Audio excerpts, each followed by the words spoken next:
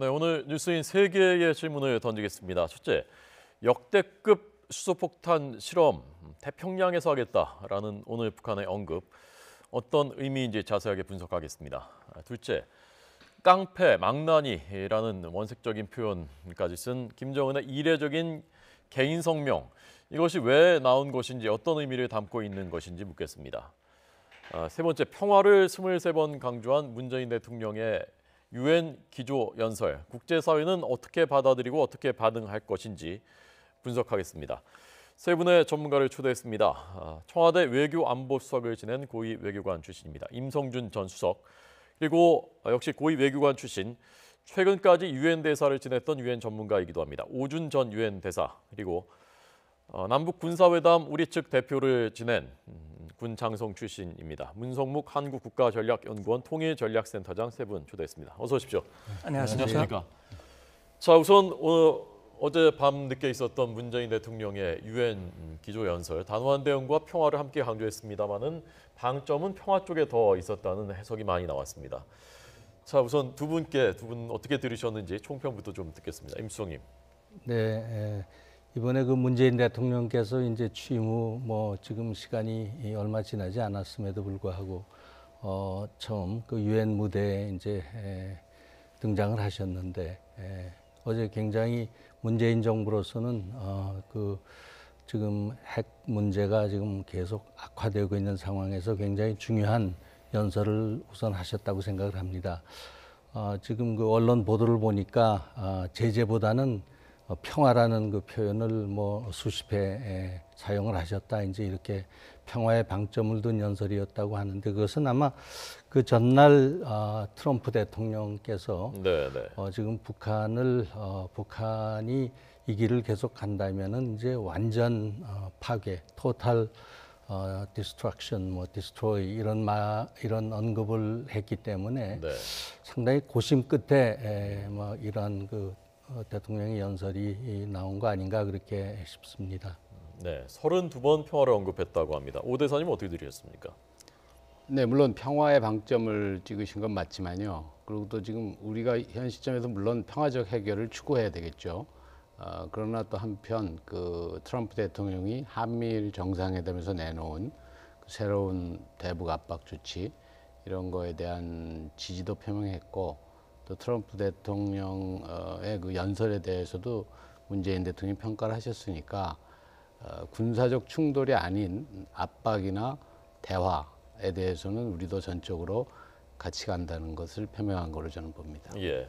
문성묵 센터장님 어떻게 들으셨습니까? 예, 물론 이제 문재인 대통령이 유엔의 역할과 정신을 강조하고 또 대한민국과 유엔의 인연을 굉장히 강조를 했어요. 그리고 본인도 6.25 전쟁 당시에 그 전쟁의 피해를 입은 그런, 사실상 전쟁의 인권 유린이라든지 이런 피해를 당한 그런 사실을 언급하면서 이 땅에 다시는 전쟁이 있어서는 안 되겠다. 그래서 핵 문제 해결을 위해서 최대 압박과 제재를 가하지만 군사적인 충돌은 피해야 된다. 이런 데 방점을 둔 것 같은데요. 저는 개인적으로 이렇게 생각을 합니다.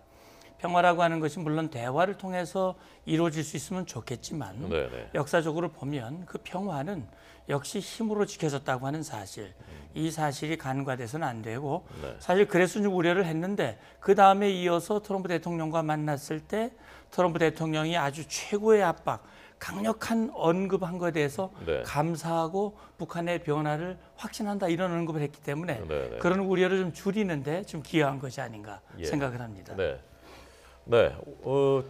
오늘 이어서 한미 정상회담이 있었고, 그리고 한미 정상회담이 있었고, 한미 정상회담에서 앞서 그 말씀하신 대로 트럼프 대통령의 그 연설에 대해서 문 대통령이 강력한 연설이었고 북한 변화시킬 것이다라고 평가했었던 부분이 있었고, 그런데 일본 언론들은 미일 정상들이 근데 대북 지원 같은 것에 대해서 신중하게 해달라라는 요구를 했다는 보도도 나왔고, 또 일본 니폰 TV는 트럼프 대통령이 좀 화를 냈다라는 보도되는데, 뭔가 좀 온도 차이는 노정된 것이 아닌가, 이 연설에서도. 그런 해석에 대해서는 어떻게 평가하십니까, 임수성? 아마 그건 3자 정상회담에서 나온 얘기 같진 않고요. 아마 그 유엔 사무총장 초청으로 한 그 만찬회가 있었는데, 그때 아마 미일 대통령이 죄송합니다. 옆자리에 앉아가지고 아마 네. 대화를 나눈 것을 일본 측에서 아마 브리핑한 거 아닌가 그렇게 생각이 되는데요. 뭐 확인되지 않은 좀 사항이긴 하지만은 분명히 아마 미국, 일본 지금 그 트럼프 대통령과 아베 수상은 조금 문 대통령과는 약간의 어떤 그 온도차를 가지고 있는 것은 사실인 것 같습니다. 지금 미국은 지금 거의 세컨더리 보이콧으로 지금 북한을 압박 수위를 지금 높여가고 있고, 아베 총리는 뭐 다음 달 총선 지금 의식해서인지 전폭 지지하면서 그렇게 지금 미일 간의 공조를 좀 강화시키는 입장이고, 우리는 이렇게 압박 제재 가지만은 이것이 잘못돼서 하나의 군사 충돌 전쟁으로 가는 것은 안 되겠다는 그런 확고한 입장을 대통령이 가지고 있기 때문에 네네. 그런 데서 온도차는 뭐 자연스러운 거 아닌가 싶습니다. 예, 오 대사님 어떻게 보십니까? 근데 조금 포괄적으로 보면요, 결국 우리나 미국이나 뭐 큰 이야기는 전 다르지 않다고 생각합니다. 이 문제가 평화적으로 대화를 통해 해결돼야 하지만 네. 미국도 그런 입장인데, 그러나 계속 대화에 나오지 않고 계속 핵실험 같은 도발을 계속한다면 군사 옵션을 포함한 모든 방법을 강구해서라도 해결해야 되겠다, 이제 이건데요. 우리 그런 얘기를 하는 데 있어서 그 앞에 부분, 대화를 통해 평화적으로 해결돼야 된다, 이 부분만 얘기를 하면은 마치 다른 방법을 안 쓰는 것 같이 들리고, 트럼프 대통령처럼 그 앞에 부분은 거두절미하고 군사 옵션을 포함한 모든 방법을 다 쓰겠다, 이 얘기만 하면은 마치 대화를 거부하는 것 같이 들리는데, 저는 큰 줄거리는 같다고 생각합니다. 네.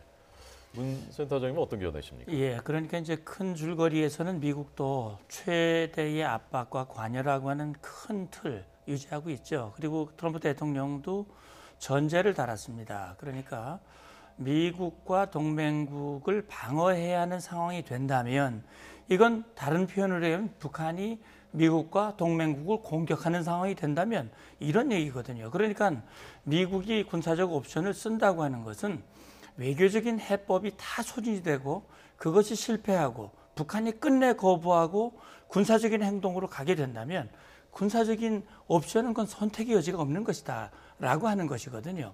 그러니까 지금은 이런 거지요. 지금은 물론 미국도 대화를 하지만 지금은 같은 대화를 얘기하면서도 미국이 말하는 대화와 북한이 말하는 대화가 다르거든요. 그러니까 미국이 말하는 대화, 국제사회가 요구하는 그 대화의 자유로 김정은을 이끌어내도록 강요하기 위해서는 지금은 최고의 압박을 집중해야 할 시기다. 그런데 이 타이밍이 조금 안 맞는 것 같다. 이를테면 압박을 하는데 여기서는 지원한다고 그러니까 이게 엇박자가 나고 있는 것이 아니냐. 현실적으로 그런 우려들이 제기되는 것이죠. 네. 뭐 덧붙이실 말씀 있습니까? 그 부분에 대해서? 자, 없으시면 오늘 북한이 태평양에서 역대급이라는 표현을 썼는데, 역대급의 수소폭탄 실험을 하겠다. 핵실험은 북한 계속 영변에서 했었던 것인데 태평양에서 한다고 하니까 이건 어떤 의미인가요?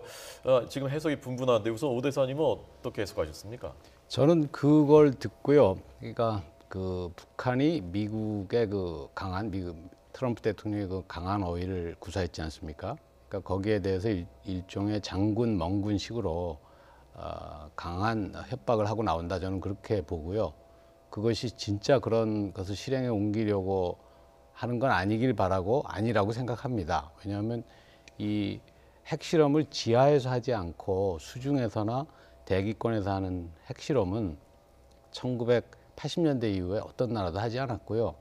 과거에 미국이나 영국, 프랑스가 물론 태평양에서 핵실험을 한 적이 있지만 그것은 자기들이 관할하는 식민지라든지 또 자기네들이 주권을 행사할 수 있는 곳에서 주로 했기 때문에 북한이 말하자면 뭐 태평양에다 미사일을 쏴서 핵무기를 터뜨려 보겠다 하는 거는 그렇게 한 나라도 없고요. 네. 그렇게 하는 건 전 세계에 대한 도발이기 때문에 그건 미국의 강한 반응뿐 아니라 아마 전 세계가 다 함께 이거는 행동을 해야 된다는 반응이 나올 걸로 저는 생각합니다. 예.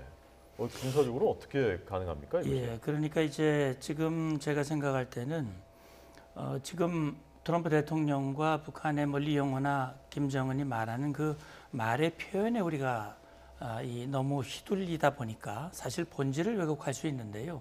근본적으로 이 사안은 북한의 무모한 불법적인 핵미사일 도발에서 나온 거란 말이죠. 그러니까 예. 미국 대통령도 거기에 대해서 그걸 바로잡기 위한 그런 목적으로 말했는데 마치 김정은과 리용호의 얘기는 미국 대통령은 잘못 얘기한 거고 자기가 말한 것은 옳은 것까지 지금 이 얘기를 하고 있단 말이죠. 그래서 역대급 수소탄 시험이라고 하는 것은 역시 결국 미국을 자극하고 국제사회를 좀 놀라게 만들기 위한 그런 용어를 사용한 것으로 생각이 됩니다. 왜냐하면 그동안 이미 북한은 6차례 핵실험을 했고 화성 14형도 쐈고 12형도 실거리 사격을 했습니다. 남은 게 이제 선택의 여지가 몇 개 없어요. 그러니까 북한으로서는 미국 트럼프 대통령의 말을 마치 국제사회에서 당신이 말 잘못 못했기 때문에 북한이 이렇게 나온 거 아니냐 이런 비난의 화살을 돌리기 위한 것이고 오 대사님 말씀대로 이것을 김정은이 행동으로 옮긴다면 결국 스스로의 종말을 재촉하는 그런 결과가 될 거라고 저는 봅니다. 그 행동이라는 것이 그러니까 지금 그 오 대사님 말씀하신 대로 미사일에다가 핵탄두를 실어서 태평양으로 쏘는 그런 그것을 문면으로 봤을 땐 그걸 지칭하는 겁니까? 그렇겠죠. 지금으로서는 지금 그동안은 자기 땅에서 풍계리 핵실험, 지하 깊은 곳에서 핵실험을 했지만 네. 태평양 공해상으로 미사일을 핵탄두를 탑재한 미사일을 날려서 네. 바다에서 그걸 실험을 한다는 것은 예. 이건 전 국제사회를 향한 인류를 향한 도전이란 말이죠. 예. 이것은 결국 미국을 향한 선전포고일 수도 있습니다. 네. 그런 차원에서 아마 북한은 상당히 글쎄 말은 이렇게 했지만 이걸 행동으로 옮기는 문제 그건 좀 봐야 될 것 같습니다. 근데 이게 대단히 우려스러운 지금 사태로 혹시 발전될 수도 있다 하는 그 뭐 전문가들이나 언론에 지금 그 조금 예상도 있습니다. 얼마 전에 아마 그 8월 5일자 영국의 그 이코노미스트에서 이 문제를 조금 다뤘는데 이거 제가 표지를 보니까 깜짝 놀라겠는데 지금 시나리오상이죠. 이게 하나의 그래픽인데 북한이 저 지상 또는 이제 공중에서 이 핵폭발을 시켜가지고 이제 버섯 구름이 올라가는 그 사진이 그 표지로 실렸는데 그 전문가들 얘기는 이게 완성이 다 되고 북한이 이제 핵무기를 완성시켜서 한 2년 후쯤 2019년쯤 이런 것을 이제 해가지고 전 세계에 그 핵국가 지위를 자기들이 이제 확보했다고 선언하면서 이렇게 될 가능성이 있다. 이렇게 되면은 정말 그야말로 미국으로서는 손 놓고 있을 수가 없고 그러면 적어도 북한의 그 핵시설을 공격하는 군사적인 시나리오가 가능하다 이런 우려를 하고 있습니다. 그래서 좀 그렇게까지 가지 않아야 될 텐데 이거 우리가 뭐 이렇게 적당히 지낼 일은 아니라고 생각이 듭니다. 8월에 영국 이코노미스트 8월 5일자죠. 한번 찾아보시면 그렇게 전망을 했었단 말씀이죠. 그럴 가능성이 있다는 거죠. 2019년에 이제 지금 북한의 그 핵탄두 완성도가 지금 어디까지 왔느냐 하는 건 뭐 계속 지금 전문가들이 들여다보고 있고 논란이 아직 있는데 그때쯤이면 이제 완성이 돼 가지고 정말 김정은이 호응하는 이러한 시나리오가 지금 현실로 나타날 뭐 위험성이 있다. 뭐 이런 보도였던 것 같습니다. 자, 그러면 이 리용호 외무상이 사실은 오전까지만 해도 기자들이 물어봐도 침묵을 지키고 있었는데 김정은의 개인 성명이 나온 다음에 통역을 동원해서 이 말을 했다는 것입니다. 그러니까 이게 그냥 우발적으로 나오거나 아니면 그냥 개인적인 생각을 이렇게 얘기한 것은 아닌 것 같거든요. 이건 어떤 본국과도 조율이 된 발언인 것으로 해석이 되는데 한번 들어보겠습니다. 직접 한번 보시죠. 미국 트럼프의 막말과 관련돼서 역대급의 초강경 대응 조치를 취할 것이라고 보는 것 같습니다. 역대급 수소탄 지상 시험을 아마 태평양상에서 하는 것으로 되지 않겠는가 이렇게 생각합니다. 문 센터장님은 그 이코노미스트지가 전망했었던 그럴 수도 있다는 그 가능성에 대해서는 어떻게 생각하십니까? 글쎄요, 뭐 그 가능성을 이코노미스트에서 어떤 근거로 분석을 했는지는 정확히 알 수는 없습니다. 그러나 북한은 지금 이미 핵탄두는 6번 실험을 통해서 이제 그동안 기본적으로 북한이 주장한 것은 다종화, 경량화, 표준화, 규격화 이게 다 달성됐다고 작년 9월 9일 5차 핵실험 이후에 발표를 했습니다. 그러면 북한은 다종화라고 하는 것은 플루토늄탄, 농축우라늄탄, 그다음에 우리가 일반적으로 얘기하는 증폭 핵분열탄, 마지막으로 수소탄 이 모든 핵탄두의 기폭 실험을 완성을 했다. 그리고 이 탄두를 북한이 가지고 있는 단거리 스커드로부터 시작해서 노동과 그다음에 화성 12, 14, 자기들의 SLBM이는 북극성 이런 것에 탄두를 장착할 수 있는 그런 과정들을 이제 해나가는데 이제 지금 리용호가 얘기한 것은 그동안은 지하에서 했는데 지상에서 할 것이고 그것은 태평양이 될 것이다. 이런 언급을 했는데 리용호가 개인적으로 말하지는 않았을 겁니다. 그건 뭐 그런 말을 리용호가 그렇게 함부로 하지는 않았겠지요. 지금 트럼프 대통령이 말이 나오고 이틀이 지났거든요. 그냥 저도 궁금했습니다.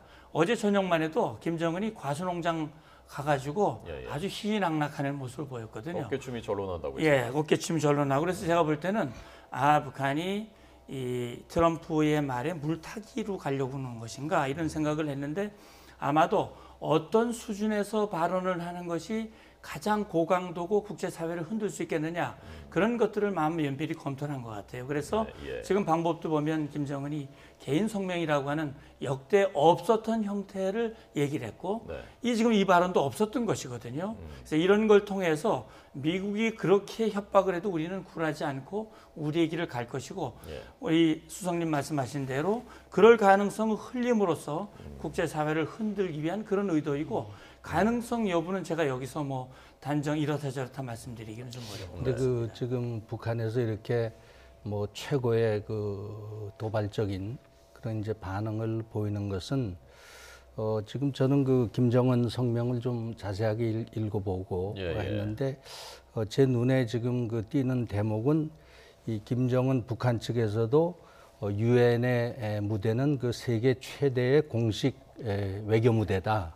여기에 이제 트럼프 대통령이 처음 나오는데 그동안에 트럼프 대통령의 말은 뭐 트위터라든가 뭐 기자들 답변으로 그저 즉흥적으로 많이 나왔는데 여기는 좀 그 표현을 보면 틀에 박힌 준비된 발언을 예상했는데 의외였다.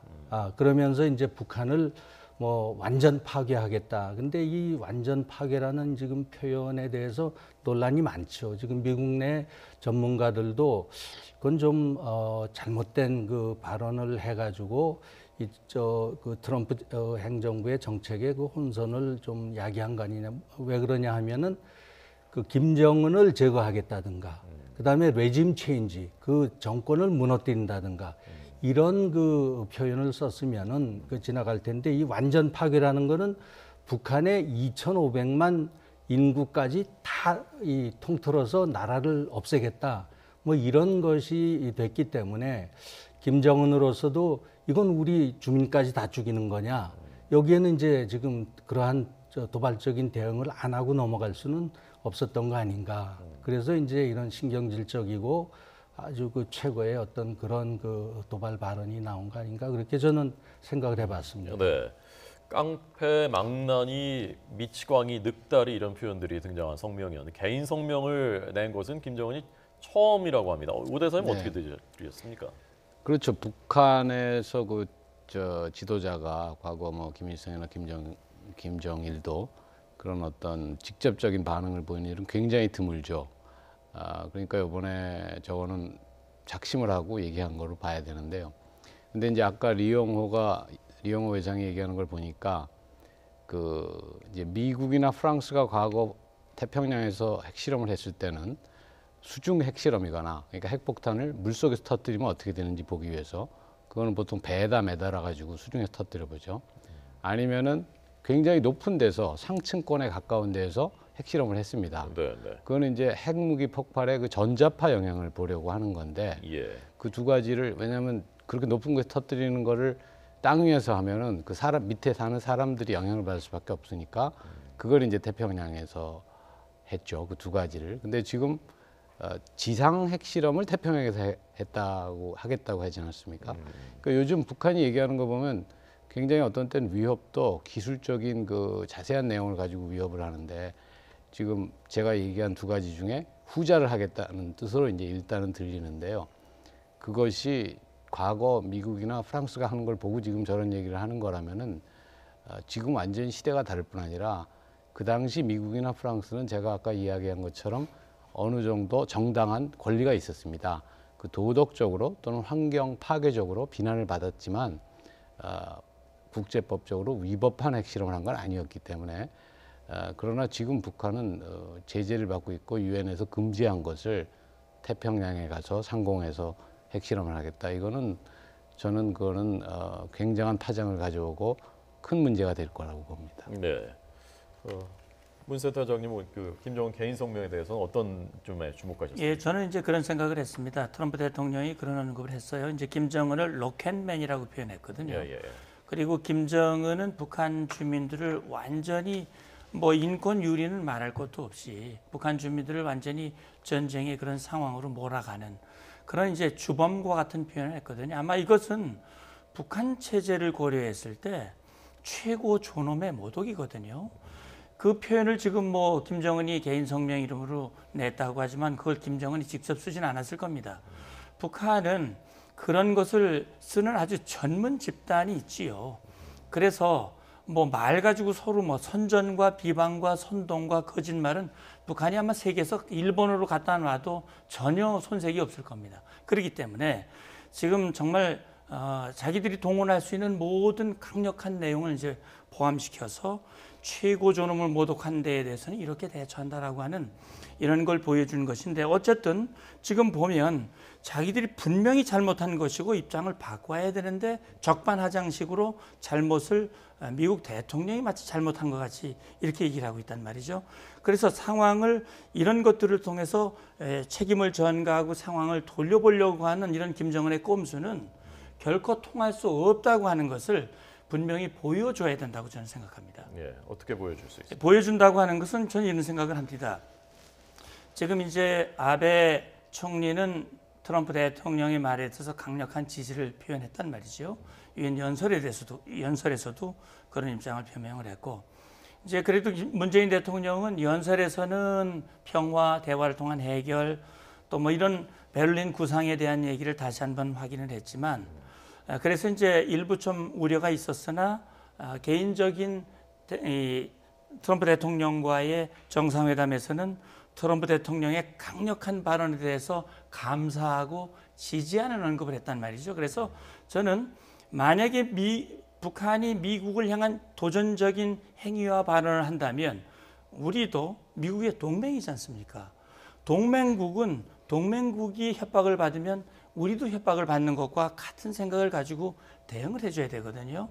그런 차원에서 우리가 예를 들어서 뭐 북한과 미국의 싸움을 말리는 위치가 아니고 우리는 동맹국의 입장에서 북한에게 강력한 메시지를 보여주는 게 맞다. 저는 이런 생각을 합니다. 예, 그 부분에 대해서 어떻게 생각하십니까, 임 수석님은?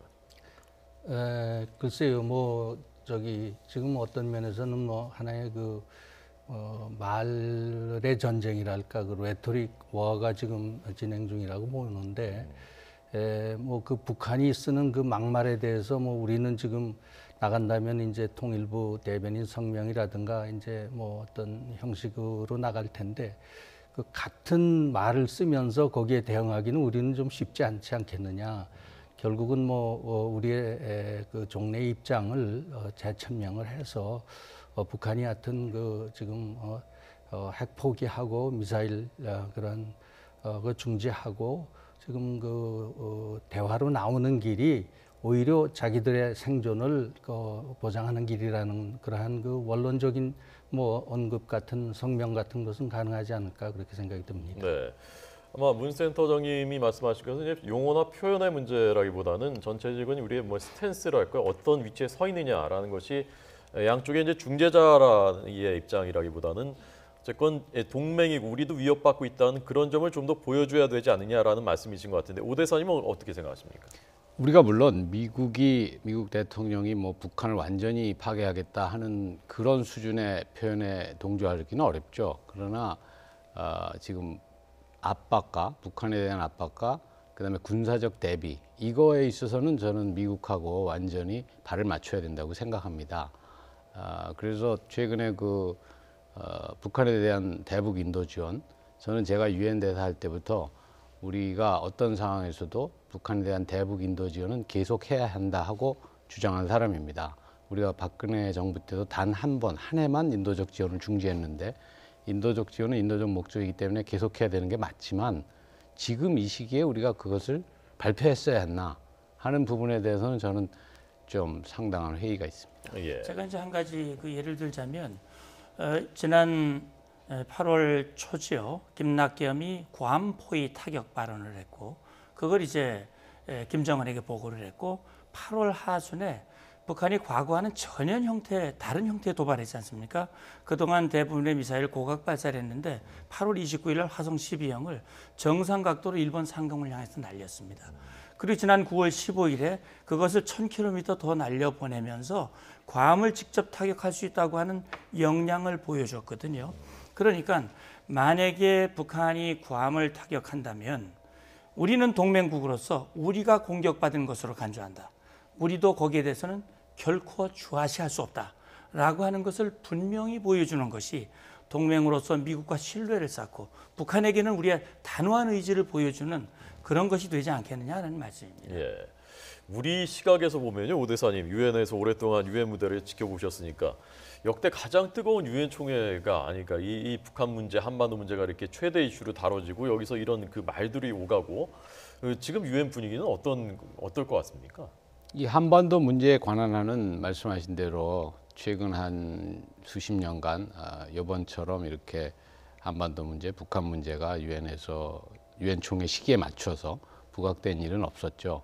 과거에는 주로 안보리에서 다루어왔기 때문에 이렇게 정상들이 130명이나 모인 기회에 이런 문제가 부각된 일은 없었는데 어떻게 보면 우리한테는 이게 슬픈 일이죠. 한반도 문제가 이런 유엔 총회에서 이런 시기에 이렇게 된다는 게. 하긴 그렇긴 하지만 아까도 말씀드린 것처럼 우리가 지금 할 수 있는 거는 압박에 있어서 미국과 최대의 공조를 하고 최대한 강한 압박이 되도록, 그다음에 군사적 대비, 북한의 핵 능력을 상쇄할 수 있는 핵억지력을 가져야 된다고 저는 생각합니다. 예, 임 수석님 이번에 문 대통령의 유엔 뉴욕 외교, 유엔을 비롯한 한미의 정상, 또 한미 정상, 그리고 평창 홍보 이 키워드들을 가지고 하고 이제 귀국하게 되는데 전체적으로 평가하신다면 100점 만점으로 하면 몇 점 정도 주실 수 있다고 생각하십니까? 굉장히 답변하기 어려운 점수로 점이죠? 하기는 어려운데 상당히 외교 활동은 잘하셨다.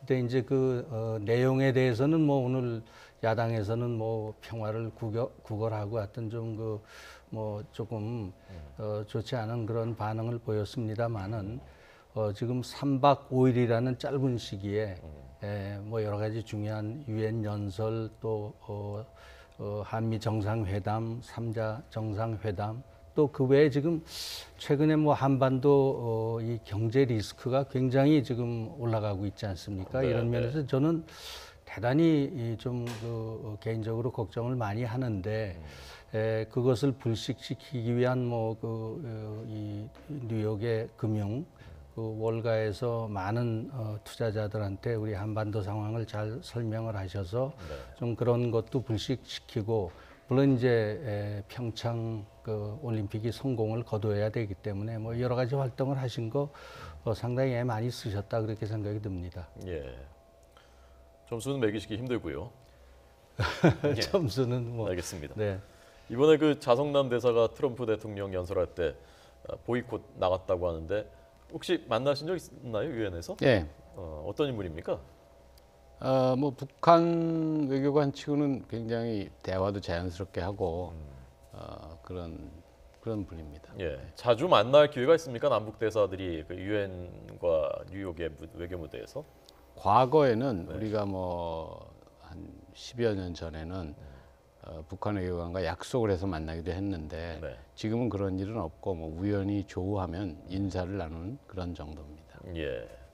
이 레이건 대통령의 전 대통령 발언을 인용했다면 평화에 대해서 바로 전날 트럼프 대통령이 악에 대해서 북한을 악이라고 규정했을 때 과거의 구소련을 레이건 전 대통령이 악의 제국이라고 표현을 했었다는 점이 주목을 받았었는데 문 대통령이 바로 그 레이건 전 대통령의 말을 평화와 관련된 부분을 유엔 연설에서 인용한 것. 그건 어떤 뜻이라고 임수영님이 보조하는 입장이었다면? 글쎄요, 전체적으로 지금 이번 유엔 총회 분위기는 역시 주도한 것은 트럼프 대통령이었는데 네. 그 트럼프 대통령이 이제 북한에 대한 강한 톤의 메시지를 보냈기 때문에 전반적인 그런 그 흐름에 대해서 우리 이 한반도 문제의 최 당사자 또 이 결국은 북한의 핵 문제라든가 북한을 어떻게 앞으로 장래 다뤄나가야 할 그러한 책임이 우리한테 있기 때문에 그러한 그 전체적인 분위기 이 톤을 갖다가 조금 바꾸려는 그런 문 대통령의 노력이 있었다. 그래서 그런 면에서 이제 그 레이건 대통령을 이렇게 인용을 해서 간접적으로 트럼프 대통령에게 어떤 그 메시지를 좀 던진 거 아닌가 저는 그렇게 보여졌습니다. 네. 그런 것 같죠? 네. 그러니까 분쟁을 평화적으로 다뤄야 된다. 이제 거기에 방점을 두신 건데 분쟁을 평화적으로 다루려면 결국 압박의 수위를 높일 수밖에 없습니다. 압박이 평화적인 방법이거든요. 그러니까 압박에 주저하면은 평화적으로 다룰 수가 없게 되죠. 그러면 그 다음에 더 상황이 복잡해지니까. 끝으로 제 개인적으로 궁금했는데요. 아까 역대급 수소탄 실험을 했다는 표현 썼는데 이 역대급이란 말이 사실 우리 사회에서 쓰이기 시작한 게 얼마 안 됐거든요. 인터넷 신조어고 약간 어법이 맞지 않는다고 해서 사실 이제 언론 매체에서는 잘 쓰지 않으려고 하는 단어인데 이 역대급이란 말이 원래 북한에서 쓰던 말입니까? 글쎄요, 저도 역대급이라는 거 저도 남북 회담을 많이 했지만 회담 장소에서 그런 표현을 직접 쓰는 경우가 별로 없어서 이게 북한이 흔히 쓰는 용어인지에 대해서는 제가 잘 모르겠습니다. 그러나 지금 이런 표현을 쓴다고 하는 것은 이제까지는 보지 않았던 지난번에 트럼프 대통령이 이제까지 못했던 화염과 분노를 보게 될 것이다. 이런 언급을 했는데 아마 그런 형태의 맞받아치기식 다시 말하면 미국과 국제사회를 놀라게 할 수 있는 그런 뭔가의 표현을 골라서 쓴 것이 아닐까 하는 생각이 들고요. 어쨌든 이번 문 대통령의 외교의 성과는 앞으로 어떤 방향으로 전개되느냐 하는 것에서 아마 점수가 매겨지지 않을까 생각이 되거든요. 그러니까 한국과 미국이 얼마나 공고한 공조를 이어나갈 것이고 한미일의 이런 공조 효과가 중국과 러시아를 얼마나 움직여서 김정은을 압박하고 김정은이 비핵화를 전제로 한 대화의 자리로 이끌어낼 수 있도록 하겠느냐 하는 것, 이것이 이제 매우 중요한 부분일 것 같습니다. 저는 이 점에 있어서는 이제 결국은 그 이란이 이제 먼저 그 국제사회에 그 핵 위협을 가했기 때문에 국제사회 전체가 나서서 이란의 그 핵 위기를 좀 해결을 했는데 미국이 지금 그 북한에 대한 금융 제재, 소위 세컨더리 보이콧을 시작했다는 것이 굉장히 중요한 의미가 있고요. 결국 지금 상황이 이렇게 계속 악화되는데 이게 어디까지 갈 것이냐, 또 얼마나 걸릴 것이냐. 저는 상당히 이제 종착이 좀 다가오지 않느냐. 이제 그 종착이라는 건 두 가지 시나리오가 가능하지 않겠습니까? 군사적인 그런 충돌이 우발적으로 난다든가 그렇지 않으면 북한이 이제부터는 좀 타협해야 되겠다 해서 나올 텐데 그때를 잘 대비를 해야 될 것 같습니다. 북한이 이제 대화에 나온다고 해서 그것이 문제 해결에 어떤 큰 너무나 돌파구나 중요한 그러한 기점이 아니라 그때부터가 중요한 겁니다. 그래서 지금 미국은 북한이 대화에 나오더라도 지금 행동으로 어떤 무엇을 보여주기 전에는 대화 안 하겠다는 입장이고 우리는 어떻게든지 북한이 대화 테이블에만 나오면은 좀 설득할 자신이 있다 이런 서두르는 좀 입장인데 여기에 대해서 우리 정부가 좀 꼼꼼하게 대책을 세워야 되지 않겠느냐 이렇게 생각합니다. 아베 일본 총리는 유엔 총회 연설에서 북한의 대화라는 것은 결국 시간을 벌고 국제사회를 속여왔던 속임수용이다라고 표현을 했는데요. 그 부분에 대해서 마지막으로 문 센터장님은 지금 지적하신 그 부분에 대해서 어떤 견해? 굉장히 정확한 표현이죠.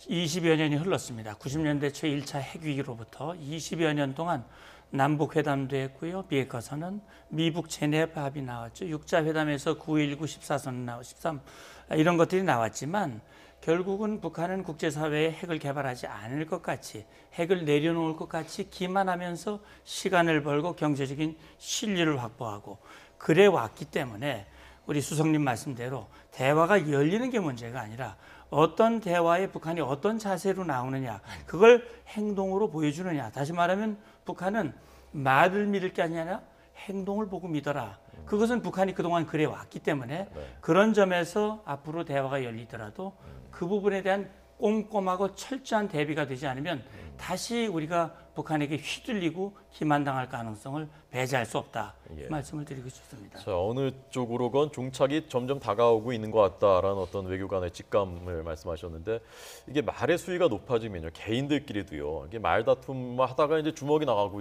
그렇게 되는 거지 않습니까? 이 말의 수위가 이게 오늘은 정말 그 최고조까지 올라가는 것 같은데 이 상황을 그럴 수 있는 가능성도 배제할 수 없는 그것도 좀 우리가 대비를 해야 되는 것이 아닌가.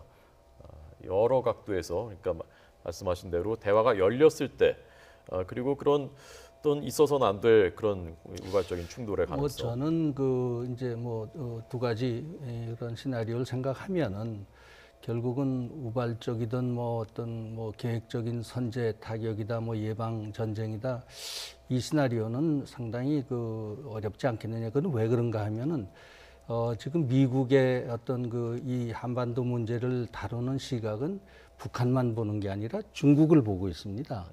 그다음에 중국과 거기에 이제 러시아가 또 있고요. 그래서 그러한 세계 전략적인 구도 속에서 과연 북한이 저렇게 망발을 하고 지금 한다고 해서 이걸 무력과 전쟁의 방법으로 해결하지는 않겠다는 게 아마 지금 세계 미중 간의 어떤 구도가 아닌가 그렇게 싶을 때 결국은 이제 북한은 우리 이 문 센터장님 여러 번 경험하셨겠지만은 갑자기 그냥 전쟁할 것처럼 나가다가도 하루아침에 그냥 대화하자고 획 돌아섭니다. 그러니까 언제 그 시점이 언제가 되려는지 이제 전문가들이 잘 보시고 대비를 해야 하면 좋겠다 그런 생각을 합니다. 네. 자, 정말 마지막으로 오 대사님께 오늘 중국 인민은행 중앙은행이 그래서 미국이 오늘 금융제재. 금융제재 했는데 중국의 시중은행들한테 북한과의 신규 거래는 중단해라. 기존 대출 규모는 줄여라라고 요구를 했고 트럼프 대통령이 굉장히 중대한 조치를 시진핑 주석이 했다라고 평가했단 말입니다. 이거 어떤 의미에서 해석하셨습니까? 저는 굉장히 중요한 효과가 있다고 생각합니다. 왜냐하면 유엔 제재와 비교해 보면은 유엔 제재의 경우는 그런 제재 위반이 있을 때 그것을 적발한다든지 이행하는 게 해당 국가의 책임입니다. 그런데 미국의 일방적인 제재 또 세컨더리 보이콧은 미국이 그걸 판단하는 것이기 때문에 중국의 어느 회사가 북한과 거래했으니까 우리는 그 회사는 미국에서는 못한다 하는 거는 중국이 판단하는 게 아니고 미국이 판단하는 것이기 때문에 그 효과가 과거 이란의 경우도 그랬고 굉장히 파급적인 효과가 있을 걸로 봅니다. 예. 자, 오늘의 한반도 상황 정세 임성준 전 청와대 외교안보수석, 오준 전 유엔 대사, 문성묵 한국국가전략연구원 통일전략센터장님 세 분 잘 들었습니다. 고맙습니다. 감사합니다. 수고하셨습니다.